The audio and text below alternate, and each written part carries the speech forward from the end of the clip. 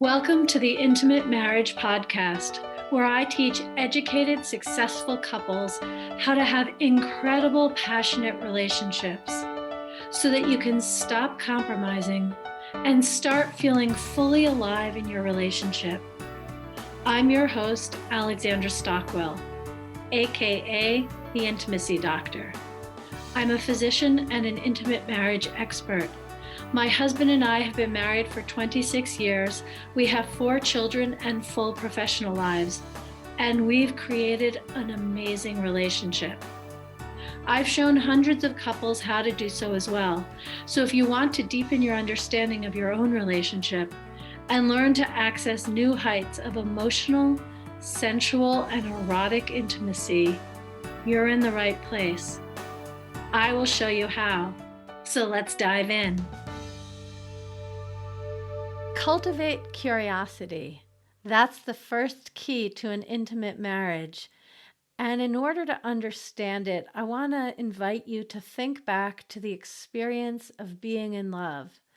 Maybe you've had this experience, maybe you haven't. So either draw on your memories or your imagination and think back to the experience of being in love, of feeling delightful, insatiable curiosity for your person.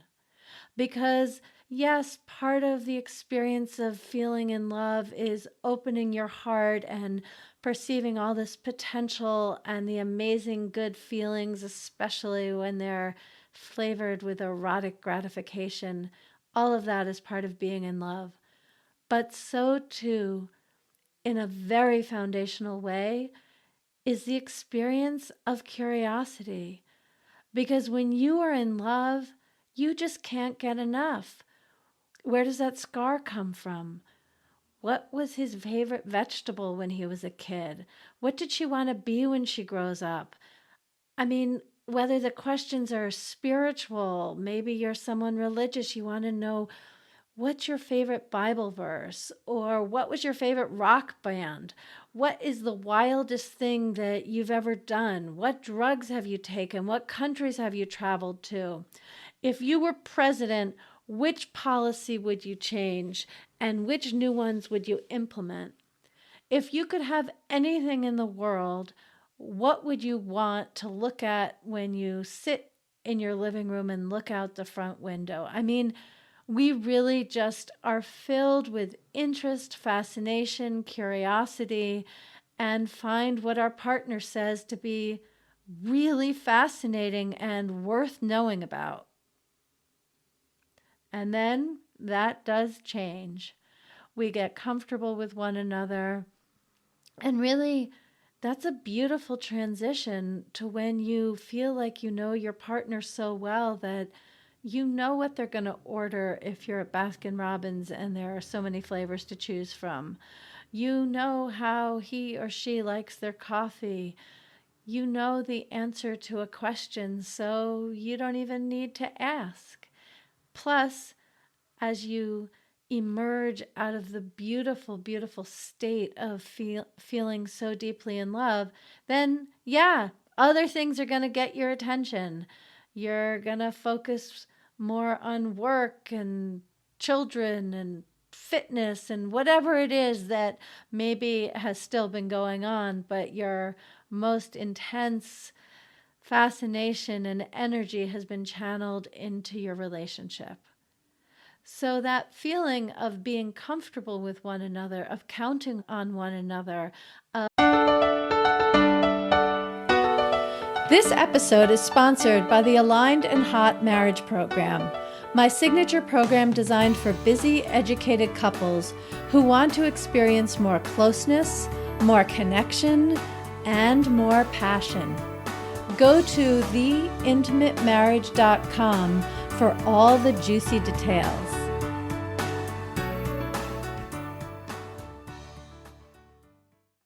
Of having attention and energy freed up to really devote to other things in a very comprehensive way, that's also a very beautiful phase in relationship because it happens when we feel secure, when you feel comfortable enough that your relationship is going to be there when you get home.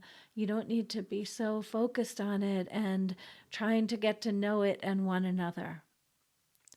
But the problem is that when we become so comfortable, so secure with one another, and then we end up not necessarily taking one another for granted, but just feeling like we know one another and our attention goes in other places. And this can go on for weeks and months and years and decades. And it has very real consequences because, for one thing, you're both growing. Now, there are different rates of growth, there's different devotion to personal growth, but you are each having new experiences, new challenges, new hopes, dreams, desires, and ways of thinking about things. And if you don't cultivate curiosity, you miss out on bringing yourself to the relationship, and you miss out in inviting your partner to do the same. You miss out in witnessing your partner's growth and in bringing your own growth to the relationship, such that you're compromising because you're not bringing all of yourself to the relationship and you're not inviting your partner to do the same because you just have become less interested. So that's the general idea, that cultivating curiosity really contributes to intimacy in a marriage, to both emotional connection and sensual erotic experiences. And so I'm talking about cultivating curiosity up until now to indicate that when you don't, then you end up in a kind of relatively stale relationship. However, curiosity is both to heal and transform when things are either kind of bland and stale and comfortable, or when you have conflict. I'm about to talk about that more in a minute. And if things are already really good and wonderful in your relationship, and you don't need to heal or get out of some negative patterning, still make a point of cultivating curiosity. In fact, I've spoken about the importance of curiosity on many occasions, and I once had a woman who was very clear. She didn't want to coach with me. She was fascinated by what I said, but her relationship was strong. She and her husband love one another. They're devoted to one another, and really they didn't have any issues that needed attention. And so, she was glad to meet me, and she was at this talk I was giving mostly because she wanted to hear another talk that was being given afterwards.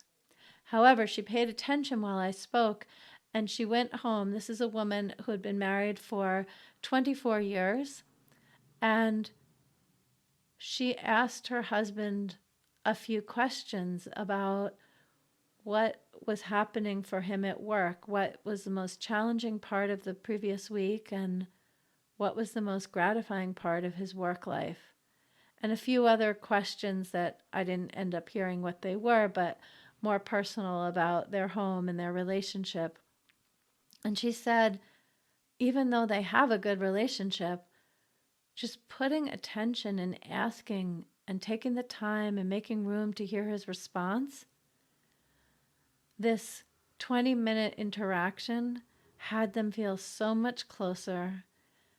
They made love that evening in a way that they hadn't in many years. And she wanted to let me know that cultivating curiosity, it was kind of like adding seasoning to an already healthy, delicious meal. It just enhanced everything. So if you're in that situation, please cultivate curiosity. And I want to tell you about a few other couples who didn't feel their relationship was in such a strong, vibrant phase, and how curiosity really served them. So this one couple, they had been married for 18 years. She was in her 40s. I guess he was too. And She adored him. She had a high libido. When they had first gotten married, his libido was higher, but anyway, in their 40s, hers was higher, and his seemed to be pretty much dwindled, tapered down to zero. And when I first began coaching them, they hadn't had sex in 9 months. So, in the course of speaking with the two of them, separately at first, I came to understand what their situation was and realized that they hadn't been talking. And in fact, that was the case. When the children were in bed, they each went into separate rooms and were doing their own thing. So they really hadn't been talking about this. And she had concluded that she had become less attractive as she aged, and that the reason that they weren't having sex was because he no longer found her attractive. This is what she had been believing pretty much for all 9 of those months. And it turned out that he found her super hot and super attractive and really did want to make love with her, but he was feeling inadequate about his own performance. And even though he wanted to be having sex with her, he found her very beautiful and attractive, he opted not to because it was more painful for him to get started and then not be able to complete with the prowess he had been accustomed to. And so instead, he just said no, stopped initiating himself, and eventually she stopped initiating as well. And was he happy about it? No, he definitely wasn't. But was it more comfortable because he wasn't having awkward moments of feeling inadequate with this woman he loved? Yes. He preferred to not have sex than to be experiencing failure and inadequate performance. But because neither one of them had spoken about this, other than she had certainly complained and nagged a bunch, but they hadn't been genuinely curious about one another's experience. They'd both been making up all these stories in their heads about what was going on, and there was no overlap, which meant that both of them were completely wrong. But because they had a lack of curiosity, they had no way to realize that each of the stories they were telling themselves was actually false. So, in the context of coaching, I guided her to say, I'm concerned that the reason you're not interested in sex is because you're not attracted to me. Is that true? Now, this is a very tender question to ask, and some couples are ready to go for it, but most really appreciate the guidance of a coach, because then I'm making sure they both feel safe and that the whole thing isn't going to implode and be worse for having occurred. But by all means, go ahead and have this conversation if you're ready and this is a relevant situation for you.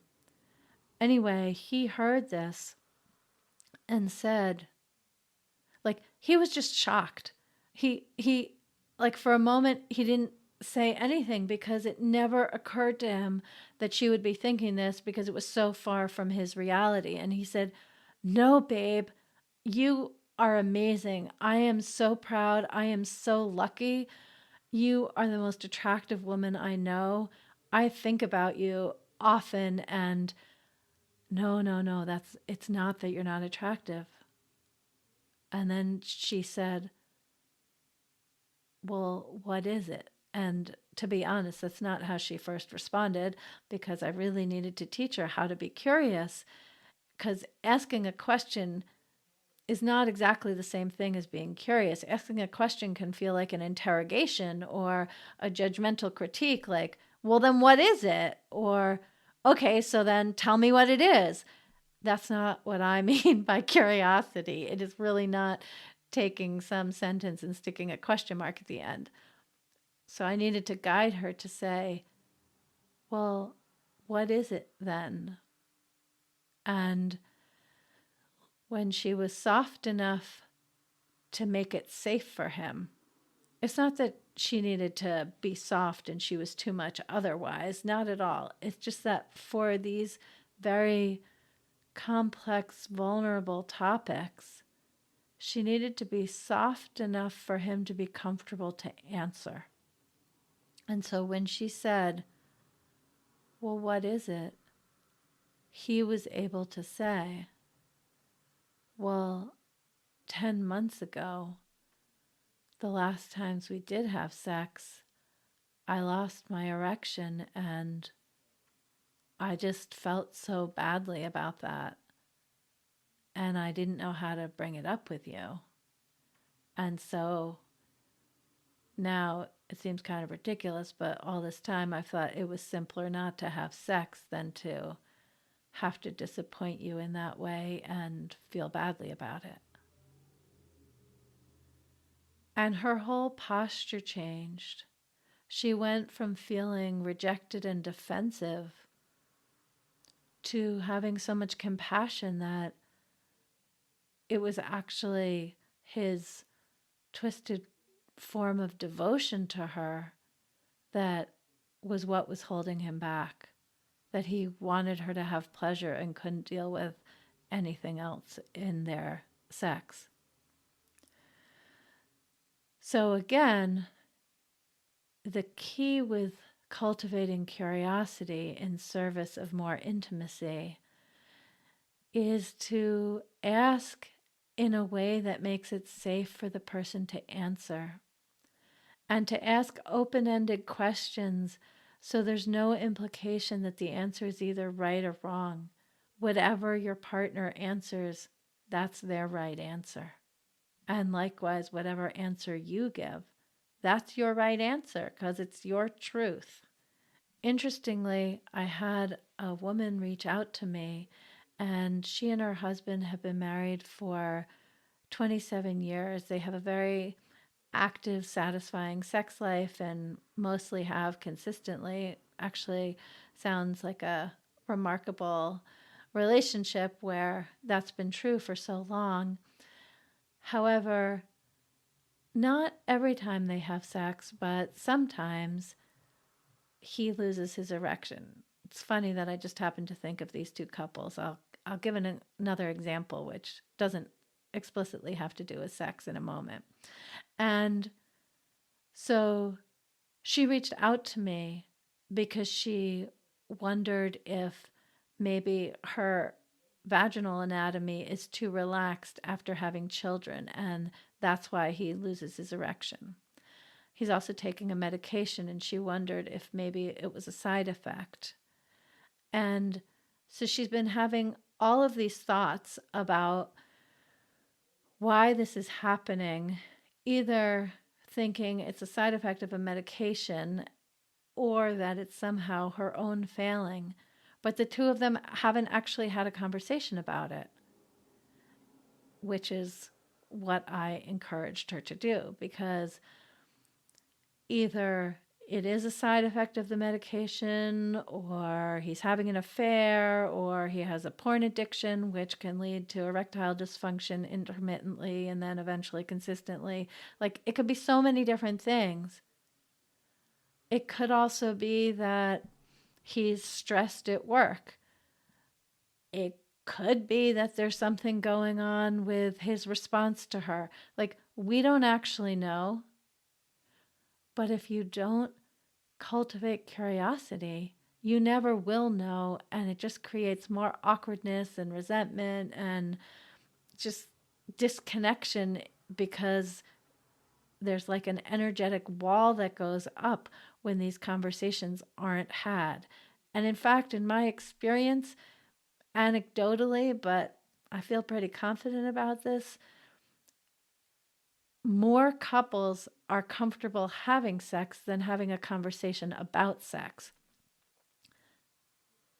That is due to a lack of curiosity, not just about sex, but in general. So when I planned what I would be talking about in this podcast, I definitely did not anticipate focusing on these examples so much, although I hope that they are relevant for you as you listen. These are things that aren't often spoken about. So I'm trusting that somebody is listening and needed exactly these stories. But let me also say, when I was coaching a couple and they actually called me in a bit of an emergency. They were already clients of mine and we weren't actually due to have a session, but they called because they just wanted to right away to help untangle this situation. And what happened is that the wife asked the husband to help her with something for work. And he said, okay, yes, I can do that. I'll be available from noon to 4 p.m. on Sunday. And she said, okay, great. And so he was ready to go at noon. And she was thinking about a few other things. She needed to text some people. She explained what she needed help with. He helped. But anyway, in the end, they were not done by 4 o'clock. And so he started to get kind of pissy and he helped her another half hour, but he was kind of grumpy while he did it. And she was offended and what she needed help with. It required clear thinking and collaboration and creativity to navigate this problem in her business. So eventually she got really frustrated and was like, forget it. If you can't be present with me in the way that I need right now, like, I don't need your help. Forget it.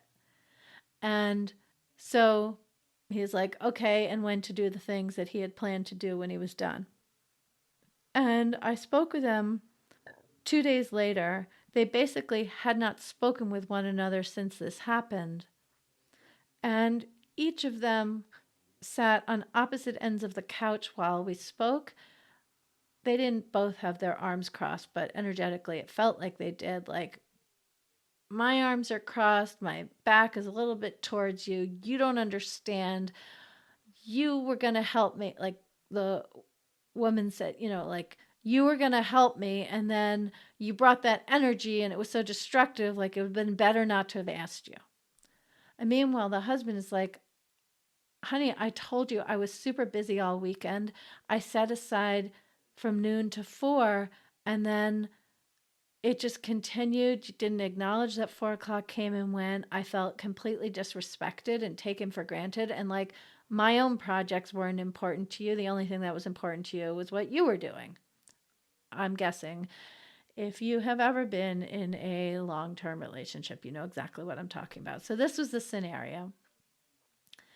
And both of these people are feisty, opinionated, strong willed, lots of conviction about their own experience, while also kind, amazing, fantastic people. Those are none of those qualities are mutually exclusive by any means. So, all that I did in that session was the one of them who had at least a little more bandwidth. I had that person ask the other one, what was happening for you? And then the person answering, I had her answer without blaming him, to just say what her experience was without attacking him. Not pretending he wasn't a part of it, not denying the impact of his choices, but also not attacking him, just sharing how it was for her. And as soon as she shared how it was, because he asked the questions, things started to soften. Because what it came down to is that each of them felt like their needs were not honored. They each felt disrespected and like their partner wasn't collaborating with them and wasn't honoring their own needs and values. It's actually an extraordinary thing if you're in the middle of a conflict or an intense argument, whether there's yelling or it's calm, if it's intense and you've got your position and your partner has their position, one of the most powerful pivots you can make is to just stop and ask a curious, open-ended question. Not, don't you think, but I am having difficulty seeing it from your point of view. Can you explain that to me so I can understand what you're thinking about? It shifts everything because basically, when you're not curious and you're in a disagreement or a conflict of any kind, then you are oriented to being right and it creates disconnection. And when you can cultivate curiosity, it builds connection, collaboration, and very often some wonderful creative solutions to whatever's happening that you don't have access to without the curiosity. So, as I'm talking about cultivating curiosity, I really want to emphasize and leave you with two things, which I said earlier. One is that if you are in a phase in your relationship where the two of you are disconnected, or you're having conflict, I should say, and or you're having conflict, to cultivate curiosity and ask open-ended questions with sincerity and listen generously to the answer, that will open things up and really make a beautiful difference. And if you're in a wonderful, strong, solid, connected time in your relationship, by all means cultivate curiosity because you get to access that feeling of being in love as you discover new things about the very fascinating, evolving, always growing, remarkable person who is your partner.